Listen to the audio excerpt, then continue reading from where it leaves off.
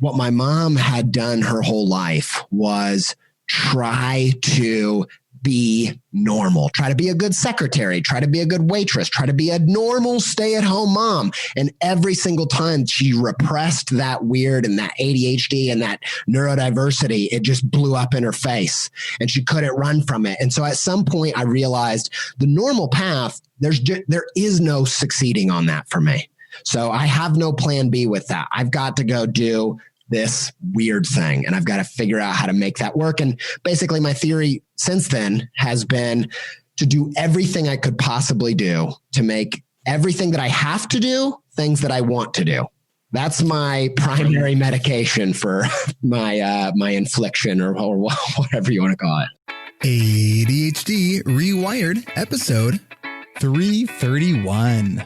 This is the podcast for those of us with really good intentions and a slightly wandering attention. I'm Eric Tivers. I'm a licensed clinical social worker by training and a coach by design. I'm your host and I have ADHD. ADHD Rewired is more than just a podcast. We are a community. We are wired for connection and you are not alone. Go to ADHDrewired.com to learn how you can join us in our free secret Facebook group. Get additional resources for every episode, including links to any resources we mention on today's show. You can support us on Patreon, sign up for our email newsletter. You can request podcast postcards to distribute to your clients and support groups. And you can learn all about our intensive online video-based coaching and accountability groups. You can do all of this at our website, ADHDrewired.com. We know that starting is the hardest part, so let's get started.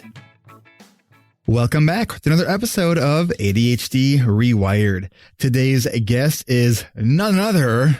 I don't know why I thought I should throw that in. It just felt appropriate because you have an actual puppet of yourself behind you. Yeah. Andy J. Pizza. I think you're bringing out the absurd in me already. So Andy J. Pizza is an American illustrator, podcaster, and public speaker. His explosive color-drenched illustrations have brought him hope and smiles to clients like the New York Times, YouTube, and Warby Parker. He is the founder of the Creative Pep Talk podcast, which does what it says on the tin. So I had to reread that like 5 times. I was like, what, the tin?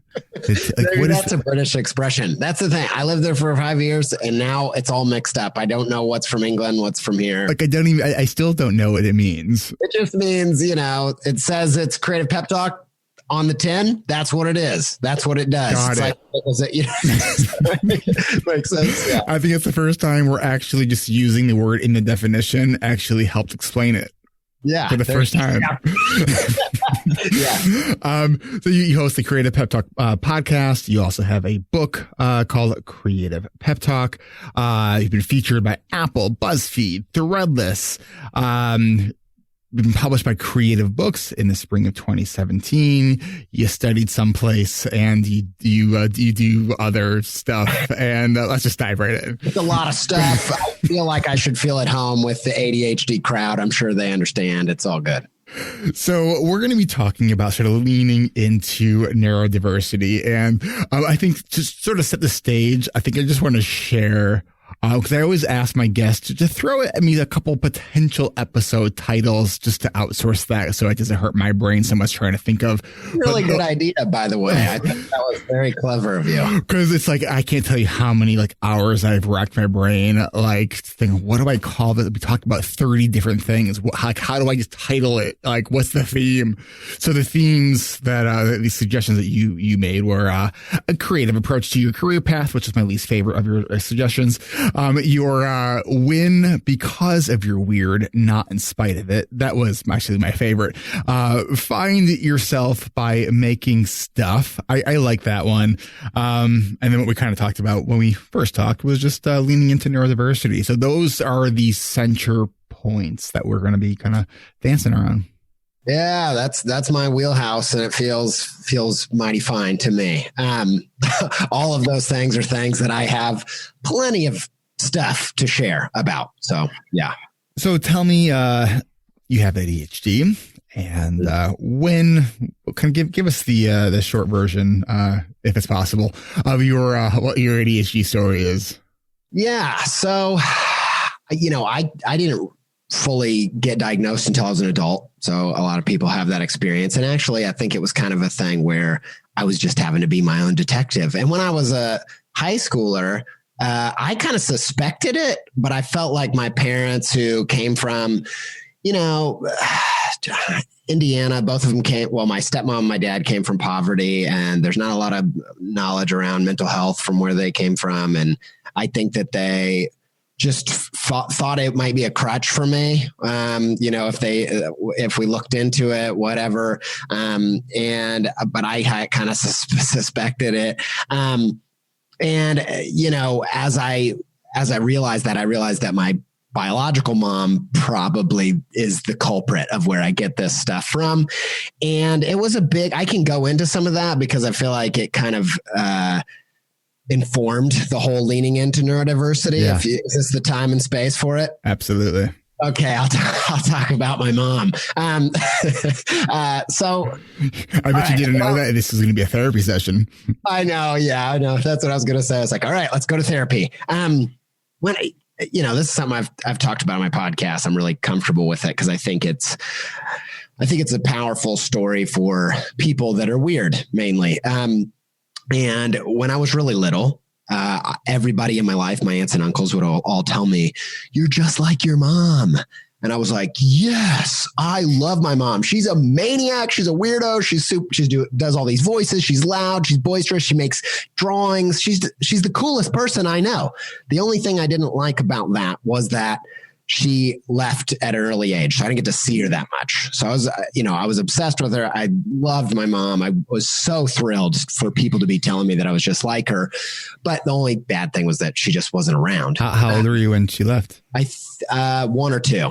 So it was young. And she left. So she left and didn't come back, or she kind of left, but she was like in and out. Yeah, I mean, my parents split up, and they met separate people, and she was kind of all the way my whole life, even to now, very hit or miss, and there and gone, and hard to pin down, all that kind of stuff. I think with the lens of ADHD, I could see that a lot of it was boredom, just like being bored with this thing and thinking this is going to be it, and also paired with a lot of bad philosophy on life, I think. And I think some of that came from not being diagnosed and not people around her not knowing what to do with it. The words that they didn't have the word ADHD. They had words like lazy and, irresponsible. That was my childhood diagnosis, was lazy. Yeah. And, it's that thing of, the way that your environment treats you, often you're going to take that on board and you're going to own it. And that's how you're going to see yourself. So when I was really little, I loved being told that you were just like your mom. But then as I got older, that identity started to become like a curse, because by the time I'm in high school, I'm watching her life kind of fall apart. I'm watching the world, everything they're testing me for are all the things I'm bad at. And, and then she has this kind of meltdown. She leaves her second family. She ends up getting a drug addiction and ends up in the hospital, all kind of just really tragic stuff. And I remember going to see her after she got out. She had a brain tumor. And I remember watching her, and I'm devastated by watching how her life turned out, this person that I care about so much. But then maybe to add to that devastation, or even more devastating, were those words from childhood, which is, "You're just like her. This is the future you. This is what life has in store for people like you." And I started to become, really like the Peter Pan syndrome of like, I'm afraid to grow up because I'm afraid of traditional employment. I've had a part-time job, and my parents made me have this job, and it feels like jail to me, and I'm like losing money, and I feel ashamed. And it's just everything about it is just pain. And I'm looking there, the path going forward. It's a dark place. And I'm sure a lot of people with ADHD have felt this at one point or another. When the path to your future goes, there's no place where you want to go in that future. That's one of the darkest spots you can be in. And that's kind of where I was in high school. And so that's when I discovered band posters. That's when I discovered illustration and design. And it was like a yellow brick road just falls out of the sky. And like, oh, this is a path. I feel like those are weirdos, but instead of like hiding their weird, minimizing it, trying to act normal, they've crystallized their weird. They've taken that weird and they've turned it into an artistic voice, and they've made a living on that. And so all of a sudden I started to see a path in which I wanted to go into the future. And looking back, I can see now that what my mom had done her whole life was try to be normal, try to pass, try to be a good secretary, try to be a good waitress, try to be a normal stay-at-home mom. And every single time she repressed that weird and that ADHD and that neurodiversity, it just blew up in her face and she couldn't run from it. And so at some point I realized the normal path, there is no succeeding on that for me. So I have no plan B with that. I've got to go do this weird thing, and I've got to figure out how to make that work. And basically my theory since then has been to do everything I could possibly do to make everything that I have to do things that I want to do. That's my primary medication for my infliction or whatever you want to call it. We don't suffer the boredom and the mind-numbing tasks well. It's hard to explain. I feel like, getting the words for it, things like interest-based neurosystem, like that idea of like, here's the thing, my executive function's not great. The toddler in my brain, I've read this somewhere in an article, they win almost always. So they my grown-up part has to work with the toddler. They don't just say, look, you got to do your taxes, man. That's it. I have this, comic actually where it's an accountant talking to someone with ADHD, and the accountant's like, all right, you've got to do your federal taxes here, and the ADHD guy is like, or what else, what happens? And then the accountant's like, well, you go to jail. And then the guy's like, shoo, okay, do you think I can take my drawings to jail? That's kind of how I feel. It's like, well, I'm not doing it, but all right, well, make do. What's the consequences? I can. So right now I am trying to refinance my house, and I feel like I keep making progress, and every step forward, it's like a boss battle, right? It's like, yes, every step. So I have this pile of paperwork from my bank that has this list. And because I'm self-employed, there's even more things that I need to create documentation for. Just in the last week alone, I have picked up this paper.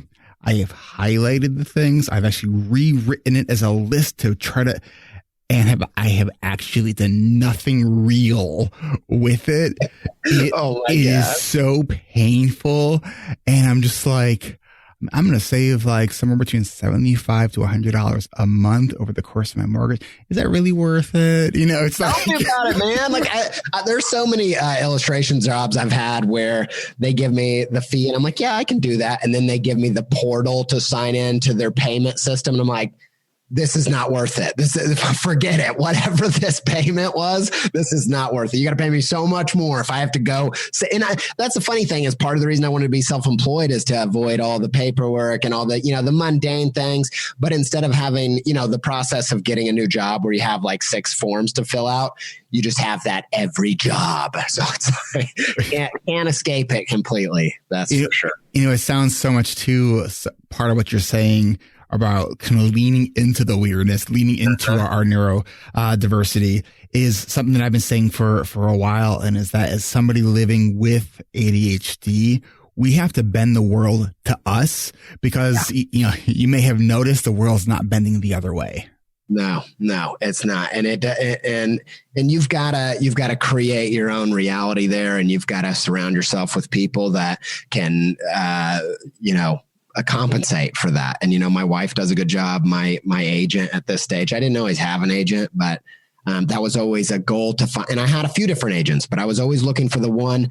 I wasn't looking for the one that was going to get me the most work. I was looking for the one that would help me manage stuff like that. And so those priorities are specific to my type of thinking and the way that I have to do business. Yeah.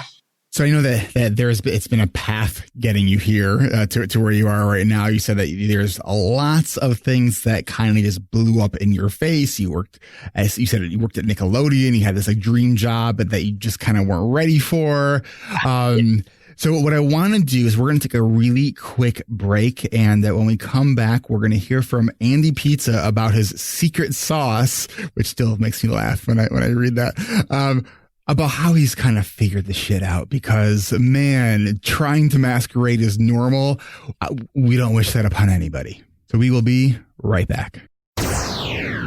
Support for ADHD Rewired comes from ADHD Rewired's online coaching community, which includes our flagship coaching and accountability groups and our alumni membership community. Since 2014, our coaching and accountability groups have provided 550 plus adults just like you an immersive 10-week-long group coaching experience that meets 3 times a week with layers of structured accountability. And because we know that ADHD doesn't go away after a 10-week program, we don't think that the support should either. Since 2018, our alumni membership community is where our coaching group alumni can participate in weekly Zoom calls, adult study halls, happy hours, cleaning sessions, member-facilitated accountability groups, and meditation classes taught by a trained meditation instructor who is also one of our alumni. In 2019, our coaching program was featured at the CHAD International Conference on ADHD as an innovative program of the year and was featured in Attention magazine as a promising practice. Summer sessions started last week. If you were on our waitlist and didn't get a spot, we'll be reaching out to you this week. With all the chaos and uncertainty in the world right now, changing the way we work and live, ADHD Rewired's coaching and accountability groups can be the anchor you're looking for to help you feel more grounded. We want to help you do more than just survive 2020. We want to help you thrive. Our fall sessions will be here before you know it. So if you're ready to put in the work and you're ready for some compassionate asking accountability, then come on over to coachingrewired.com and get your name added to our registration invitation list. Registration is by invitation only. Click the black button at the top of the page so you can be one of the first to get invited to our registration kickoff event that will be on September 3rd. And if you can't go to coachingrewired.com right now, what can you do right now to make it easier for you to remember to go to coachingrewired.com when you can? And if that little voice inside of your head just said, "Oh, I'll remember that," then what's maybe one other thing you can do to remind yourself to go to coachingrewired.com just in case your plan to remember doesn't turn out quite the way you hoped? Whether you're brand new to this podcast and you're learning about these groups for the very first time, or you've been thinking about joining these groups for months or even years, come on over to coachingrewired.com and learn more and add your name to our registration invitation list. It will only take a minute. The website again is coachingrewired.com. That's coachingrewired.com. Did you miss last week's live Q&A? Don't miss the next one. Join the host of Hacking Your ADHD, Will Curb, and the host of ADHD Essentials, Brendan Mahan, and myself for an hour of live Q&A. We do it every second Tuesday of the month. Our next one is on August 11th at 1:30 p.m. Eastern. Go to ADHDrewired.com/events to register for this and upcoming live Q&As. Join us every second Tuesday of the month at 10:30 a.m. Pacific, 1:30 p.m. Eastern. Get your questions answered. That's ADHDrewired.com/events. Mark your calendar for our next one. It's Tuesday, August 11th. At 1:30 p.m. Eastern. We hope to see you there. All right, we are back with Adhd Pizza, who's going to share with us now his secret sauce. And I have to tell you, Andy, the amount of concentration it is taking me to stay focused on you and not your puppet that is right behind you. It is like, I know. Like you probably have seen that I've had this smirk on my face this entire conversation, and it's because of your puppet. Yeah, I've got a puppet behind me that looks like me. My listeners on my podcast got it made, fabricated for present, and it's really freaky. And actually, when I do like a video on my phone, it focuses on my face and it catches that face too with the little box. So it's weird. I might have to move it into the closet because it's pretty distracting. And sometimes I come in here, I'm like, "Who's here?" And it's just my puppet. It's very right. And on the other, and you're framed by Ernie. Yeah, there's Ernie over there too. And then Wembley is up here. I'm not familiar with Wembley. Oh, Fraggle Rock. That's my favorite. Fraggle Rock. Yeah. So yeah, we should talk. Let's talk about this. I would love to talk more about my failures. If you're down to hear about it. Andy is here to make everybody else feel better, or at least not alone. Yeah. Yes. All right, let's dive in. So after I found band posters and an illustration, I went to college. And when I went to college, I had the focus of like, I need to find my voice because all these weirdos that I'm a super big fan of doing what I want to be doing, they clearly have really, they've crystallized that weirdness into a very potent thing. And I need to figure out how to do that. So I went to college with that in mind. And when I got to college, I told my teacher that the words I would have used then was, I need to find my style. And the teacher was great, but he had bought into this kind of overly mystical version of creativity. And he said something that really took the wind out of my sails. He said, find your style. You don't just find your style. It finds you. He didn't actually say that. It was just something like that. Some kind of thing that just told me like, this thing you want to do, it's completely out of your control. You'll be lucky if it ever works out in the first place, which meant that it just meant, okay, well, there's nothing I can do. Like it's a fate or not. And I thought, okay, well, if it's up to fate, I'm going to end up just like my mom. When I heard that, when this attitude about this thing that I thought, oh, this is going to be my path, this is how I'm going to get there, was completely out of my hands, I started to think, you know what? I've got to succeed in any way. I've got to find, Super Mario Brothers 3, the warp whistle in that, where you can skip levels. If you put these little items, I was like, I need my creative career warp whistle. I need to go straight to the final boss. And I came up with this idea. I'll show it to you. It's the indie rock coloring book. Okay. And cool. It's cool. But it was really just, it was just kind of based on the trends of the time. It was just kind of a trendy thing. But it was an idea that ended up going viral, and it ended up kicking off my career right out of college for like a year. Every month I made more money on illustration than the month before. And I was going with such momentum that within 1 year out of school, let me tell you what we did. We moved back to America, used all of our savings. We bought a house. We had a kid. We got married, and I quit my full-time job. So that's what I did the first year out of college. And then the recession hit. The fumes of the indie rock coloring book started to wear off. And then for 6 months, I couldn't get one illustration job through the door. And our cabinets were bare, and we had bill collectors calling us, and I had bet the whole farm on this path, and I was hitting rock bottom. I was literally spending, lunchtimes face down on the living room floor, just being like, what am I going to do? Like, this was my plan. Like, I'm going to turn out just like my mom. I'm going to have to go get some regular job. It was dark. It's dark time. And I did end up getting a job. This is where, the cave you fear to enter holds the treasure you seek. That's a Joseph Campbell quote. I did get a job. And I told you earlier that I was so afraid of traditional employment because to me, it felt like a jail. But the only job in this town that I could find that wasn't like minimum wage, not enough to support my family, was a job my friend helped me get at a youth shelter. But what I didn't realize was that it was connected to juvenile detention center. and I had to pick up shifts in both of them. So I had spent my entire adult life trying to run away from traditional employment because it felt like a jail to in traditional employment in a jail. And I would go back. I would go back to this windowless environment, like literally locked in concrete, and just like have an existential crisis every time. How poetic. It was so poetic. And the cool thing about that was, and I think the moral of it was, I worked there for 9 months.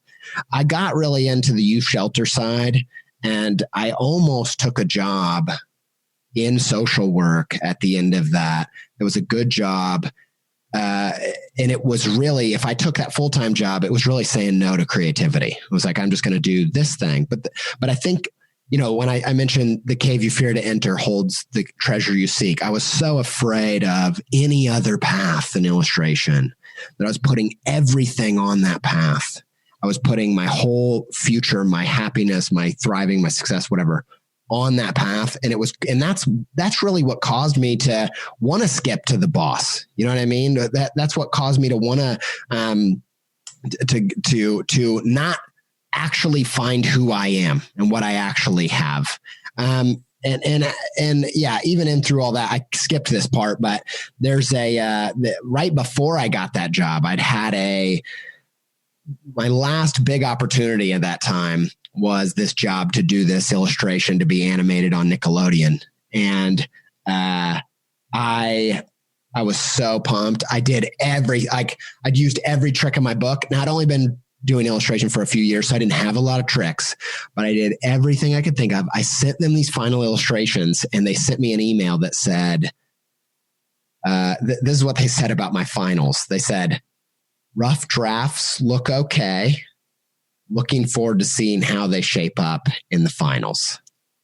And I was devastated. And I talk about that like, if you use all the warp whistles in just the right way, at the second you turn on the game and you get to Bowser, he's going to kick your butt because you haven't put any time into the game. Right. And that's exactly what happened to me. And so, it was a dark season. First couple years out of college, I tasted my dreams, fell super flat on my face. And yeah, that's kind of where things, that's actually the season when I started doing some research, found out that I have ADHD, started to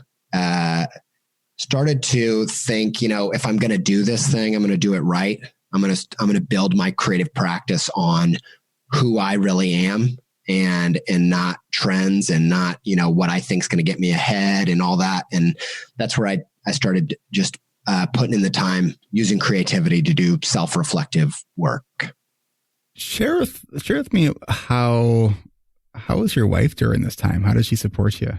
Yeah. It was a hard time for us. That's for sure. I think,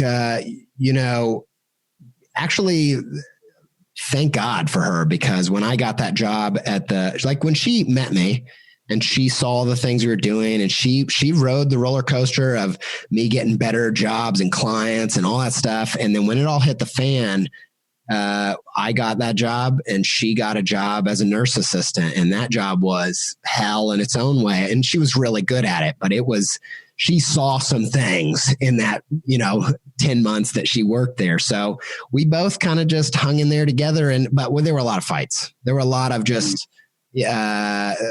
tough times, and you see what your relationship's made of when you're in those places. And I think ultimately, although it was really hard, that ended up becoming, I think, the foundation of our marriage. And, we've been together 12 years. And I think a lot of it comes from, if you get through that, you can do pretty much anything. So what ended up happening with the Nickelodeon gig?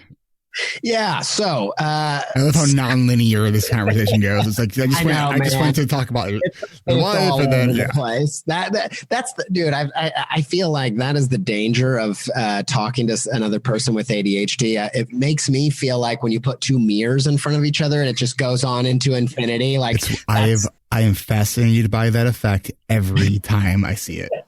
It's so weird. It's so weird because there's almost no stopping it. It's like often, like I told you, I can pass for normal in short doses, small doses, but there's something about it where it just opens the lid off and I just can't, it's just, blah, blah, blah, blah, it's going all over the place. So yeah, apologies for being everywhere, but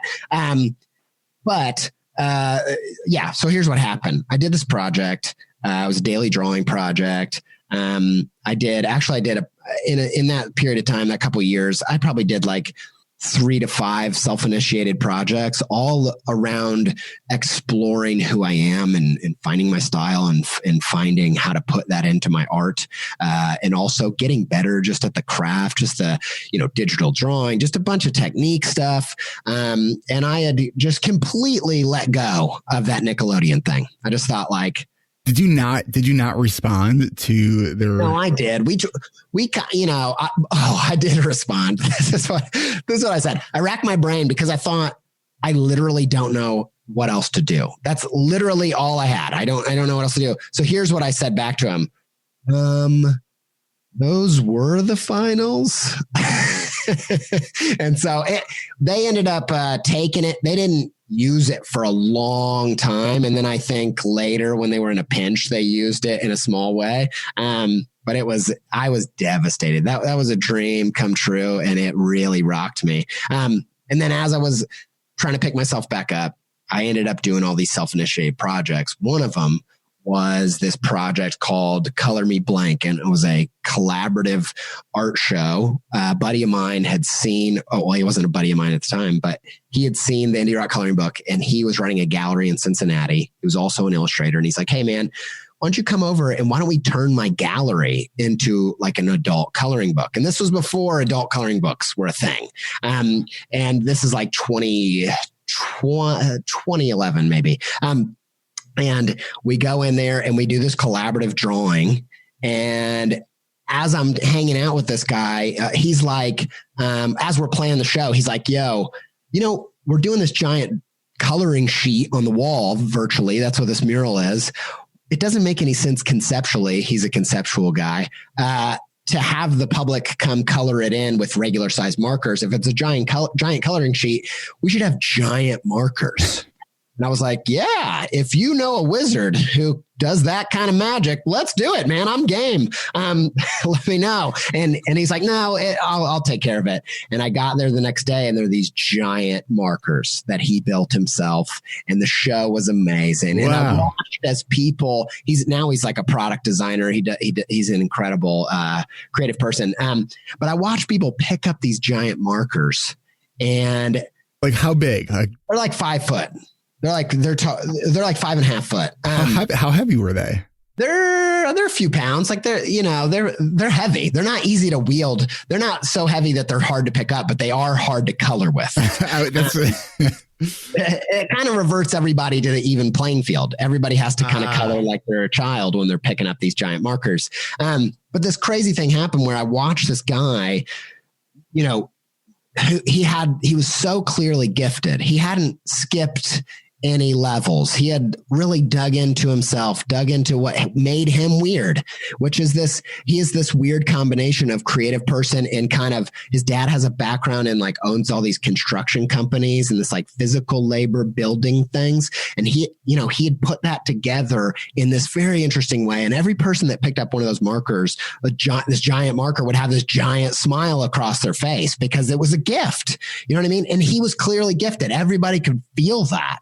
And so, watching that happen really inspired me. And that was one of the reasons I started doing all these personal projects was like, I want that. And if someone like me can figure that out, I'm going to try to figure this out. And actually, I always say it inspired me because I saw myself in him, except the difference was he actually went through the levels and got the secret sauce or the gift or whatever. And I don't know if I would have seen myself in him if it hadn't been the universe giving me a giant tip, which was his name was Andrew. And I don't know if you know this, but that's the proper professional name, the proper professional version of the name Andy. And I was like, I could do this, man. That could be me. And so anyway, he built these markers and after that show, I started doing all these projects, trying to find my thing, working on my craft. And then about a year later, we got an email inviting us to take the show to New York City. And so it was a dream come true. We went there, did this giant show, had a bunch of amazing guests. The guests that caught my eye the most, though, were a few people that worked at, you guessed it, Nickelodeon.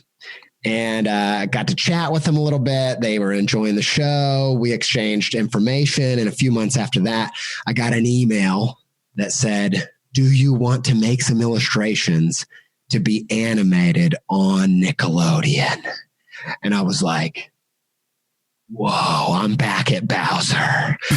The same bad guy. It's the same, but I was not the same because I had gone through the levels.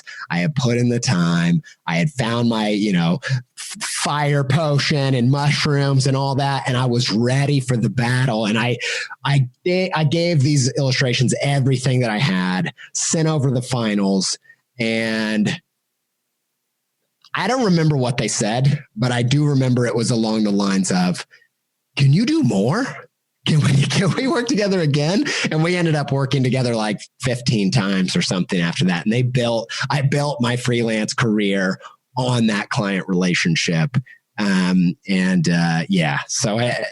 that's kind of the story, I guess.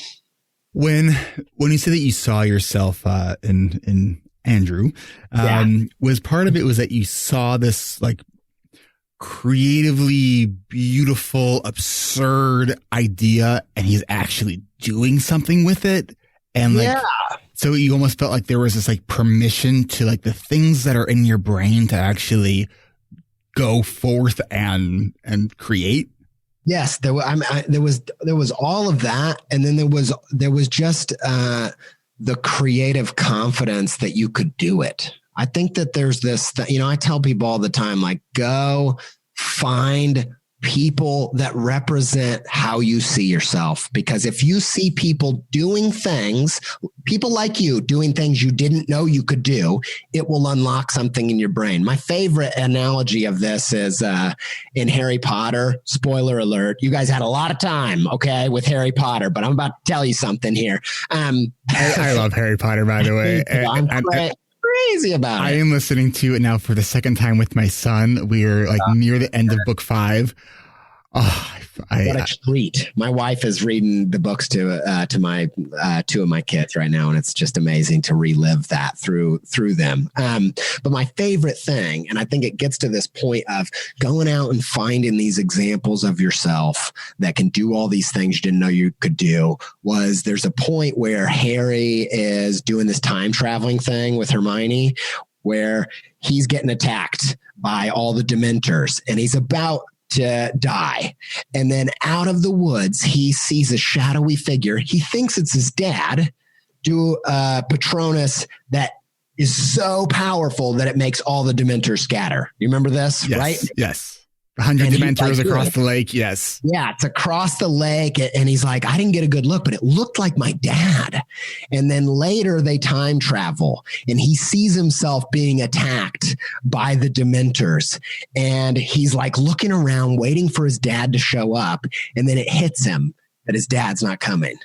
And he has to go be the one to do this spell. And he pulls it off. And then later, Hermione says, how did you know you could do it? And he says, because I already had saw myself. I already knew that I could. And that's the power of seeing people like you doing things you didn't know that you could do. As soon, when I was in college and I met an illustrator for the first time and they were exactly like me, I was like, I could be an illustrator. I've seen it with my own 2 eyes. I can pull off this magic. I think it's so interesting because I think that, something that I heard recently was this idea of relationships just in general are not about the other person. They're about how the other person reflects you and how you're able to be like more of yourself by how that other person sees you. Yeah. Man. So let's do this, Andy. Let's take a real quick break. And when we come back, let's talk about aliens or something. Yeah. We will be right back. And support for this podcast is brought to you by our patrons over at ADHDrewired.com/Patreon. This podcast is free to you, the listener, but it is not free to produce. So I really appreciate anyone and everyone who can financially support this podcast. And I want to welcome Tony L at the $5 a month level and Marty M at the $10 a month level. Thank you so much. I just posted our July live Q&A with extra content for everyone who gives at the $5 a month level. This is content that will not be heard on the podcast. At the $10 a month level, you can listen to the audio recordings from our patron-only monthly coaching call that we do. Consider giving at ADHDrewired.com/Patreon because you love the podcast and you can get some perks. I really do appreciate everyone's support. If you're able to support this podcast, I sincerely thank you. And for those of you who are able to give at the $25 a month level, you can get one of our best perks, which is a group coaching call that we do every fourth Tuesday of the month. And the next one is on July 28th. We do these at 1 p.m. Pacific, 4 p.m. Eastern. Consider giving at the $25 a month level and join us. And of course, if you can't support us financially, if you're not in a situation to do so, please do not worry about it. I do not want you to be in any kind of financial hardship because you want to support the podcast. If you do want to support the podcast, but you can't do so financially, consider leaving a rating and review on your favorite podcast app. Most players do take reviews like Apple Podcast, Spotify, and so on. All of your support is appreciated. To become a patron, go to ADHDrewired.com/Patreon. Patreon is Patreon. That's ADHDrewired.com/Patreon. Thanks. If you're enjoying this podcast, check out our other podcasts on the ADHD Rewired Podcast Network.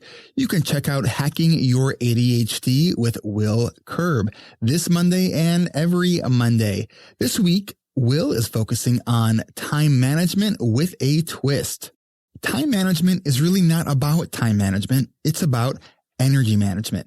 And this week on Hacking Your ADHD, Will Curb explores managing your time by managing your energy. Join Will as he explores ways that you can work with your ADHD brain to do more of the things that you want to do. Subscribe to these short, mindful ways to hack your ADHD. Each episode is around 15 minutes. Go to hackingYourADHD.com for show notes and to subscribe. And check out our other podcast every Friday. It's ADHD Essentials with Brendan Mahan. At ADHD Essentials, they help families develop the skills and knowledge needed to better manage ADHD. Go to ADHDessentials.com to learn more. Both Hacking Your ADHD and ADHD Essentials are both part of the ADHD Rewired Podcast Network, available to everyone, everywhere you consume podcasts. All right, we are back with Andy Pizza, and we are going to talk about aliens because I have something in my notes about aliens, and I can't tell you anything else other than I have something in my notes about aliens. I think there's a story there somewhere. Yeah, it's kind of one part. It's one part analogy, one part poetry. Maybe it's a parable. Maybe that's kind of what it is. But it gets to what I think, especially the people who consider themselves in the weird part of neurodiverse, what maybe they should be, why they should take it so seriously to go find out what's different about them. So here it is. I had this idea. What if an alien popped out of a space-time wormhole and they had this crazy device with all these levers and colors and buttons and everything that looks insane? And they're like, yo, I'm going to give you this device. You need to know 3 things about it. The first thing you need to know is it's one of a kind. There's no other like it.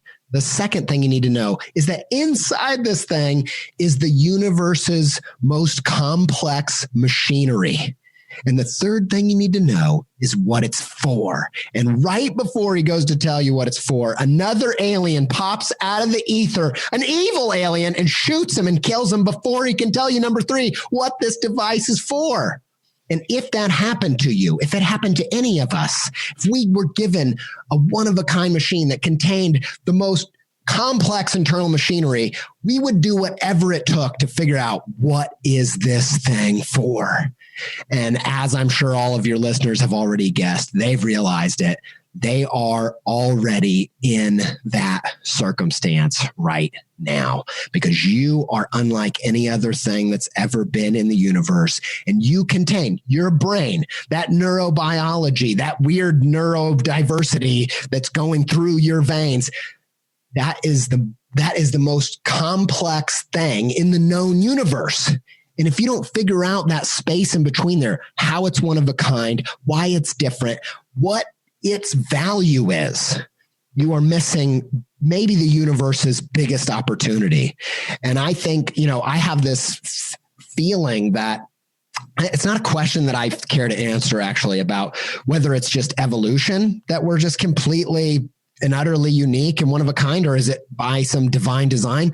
I don't care which one you pick, but the fact of the matter is those 2 things are true about you and it's for a purpose. And I think, I don't want to get all down on the Industrial Revolution. I feel like enough people have done that in the past, 10 years or whatever, thinkers and philosophers. But, that whole system, Seth Godin talks about how it's all about maximizing the average so that we can become interchangeable parts, so that you can say, what's the average qualities of a human? How can we exploit them so that we can take this one, put it on the assembly line, and when that one's broke, we can put another one in there. Like, that's how our whole system is wired. And it's not going to work for the weirdos because the thing you've got is not an interchangeable part. And I know that sounds like a curse, but I'm telling you that it is the universe's biggest opportunity.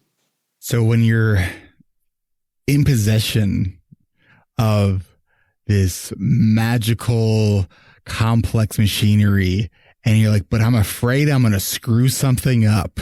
Yeah, well, I would say I hope so, because that's the only way to find it. I think about, who else was in a very similar circumstance? Superman. Okay, he was the alien and the device all wrapped in one. And the fact of the matter is, first of all, he never discovered his powers sitting back thinking, who am I? And when I figure that out, I'm going to go help somebody. No, he saw someone falling off a building. He leaped. He failed. He fell off the building. And oh God, he discovered he could fly. That's how you find him. You find him by failing. You don't find him sitting in a chair in a, guidance counselor for 30 minutes with a career aptitude test. You're not going to find all of your weird and all of the wonderful things about that in that way. You've got to go out there. And that's what I learned, when I was, when I finally decided to take those levels by level, that's what I learned was I'm just going to do stuff. I did so many projects in that period of time, and they were all hypotheses of, I think maybe I'm a character designer. No, that's not it. Maybe I'm a book cover illustrator. No, that's not it. Like, they were hypotheses. And along the way, you start stringing together those data points. And at some point, you get a big picture. You're looking at the dot to dot, and maybe you only got half of the page, but you start to see, oh, I see what's going on here. It's an elephant. I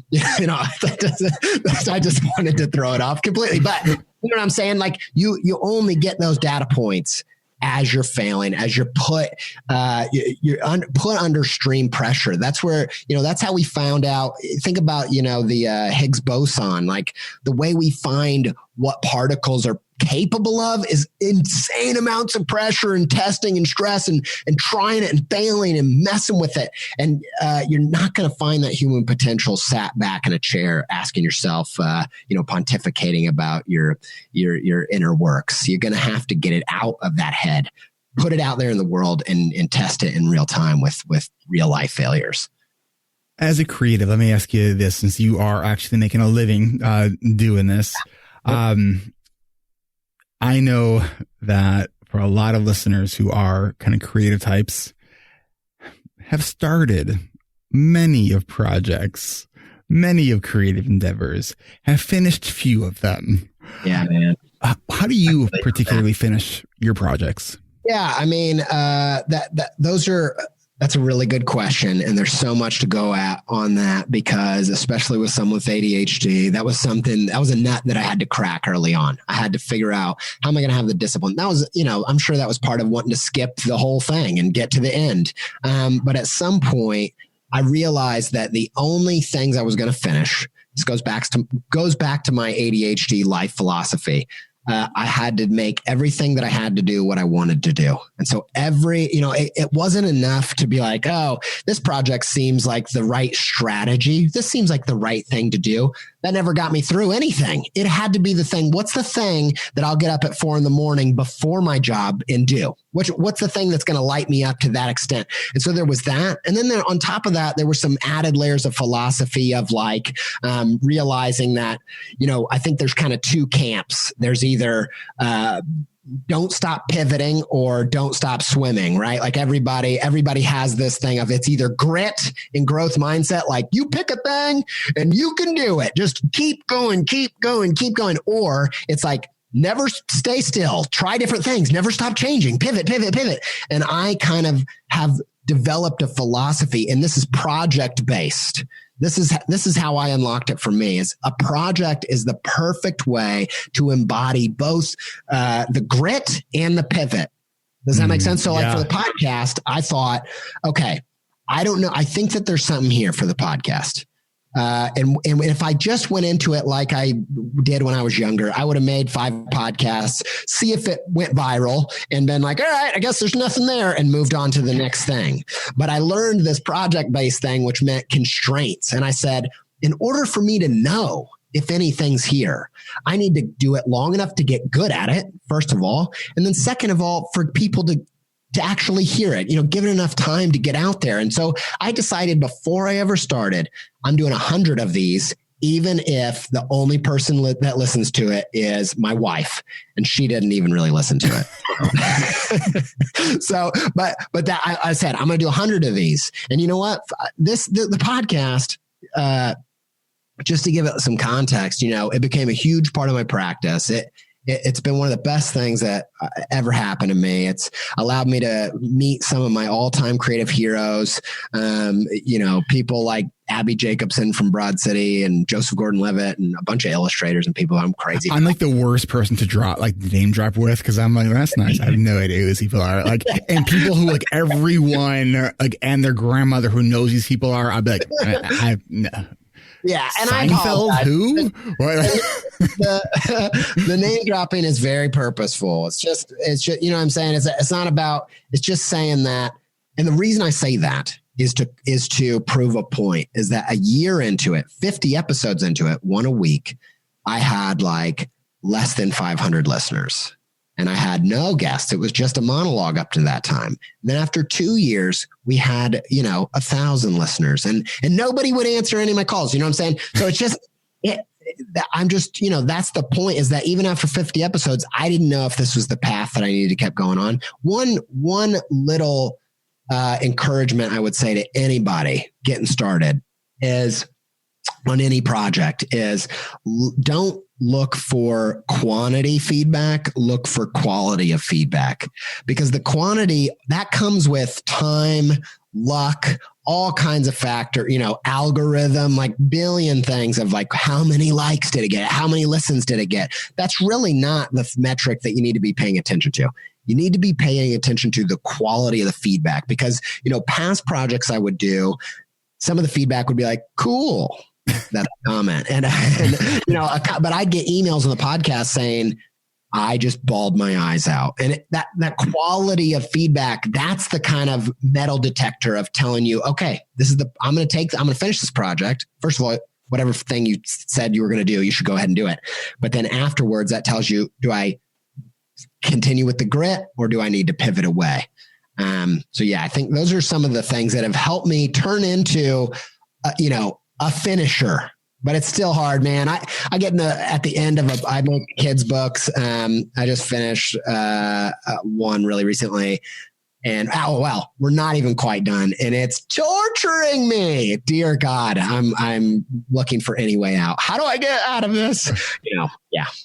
So if you want to finish Andy's book for him, you can contact him. I've often wished that can I just have someone that just takes my projects that from the 80 to 85% point where I'm like, okay, I want to move on and just we'll finish them, take them to the finish line. Yeah. And the other cool thing though, you're in a profession that is so good. And that's one of the reasons why I love doing the podcast and working with creatives is I am really good at the start. I genuinely am. And I can help them start and be like, all right, now go finish it. I'm not finishing it. On this show, we always say in the intro, starting is the hardest part. So let's get started.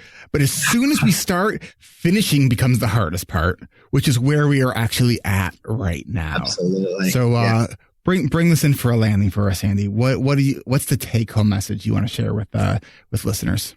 Okay. I'll tell you how I think about, I'm working on a project right now that is storytelling about a kid with ADHD. And I started thinking about, all the things that I want to put in there. What are my experiences? What matters to me? And then I thought about, what's the character arc of this kid that I'm trying to get at? And ultimately, when someone contacts me and they say, hey, my husband just got diagnosed with ADHD, or my son did, or my daughter did, or whatever, I realize I have the same heart. And I wanted to bake this heart into this character story. And it was, I want you to go from the place of when you get diagnosed and you feel like it's a curse to leaning into such a degree that you wouldn't trade it away for anything in the world. That is how I feel. Now, granted, yesterday I was swearing my head off about how much I hate being me with all these stupid little things and there's so much, there's so much about the struggle of having this that the world just does not see. I get it. They think it's a joke. They think it's squirrel, that thing, right? Like we've heard it a million times. They have no idea what it's actually like. Watching my mom just struggle her entire life and everybody just criticize her for it. I don't need any more info to know how much of a curse it can be. But if you will lean into this weirdness, I really believe that you can get to a place where it's your most prized possession. Andy Pizza, thank you so much for spending some time with us here. The website is andyjpizza.com. Go check it out. And this was a lot of fun. Thank you for sharing your perspective, your story, and your weirdness with us. Yeah. Thanks for having me. You bet.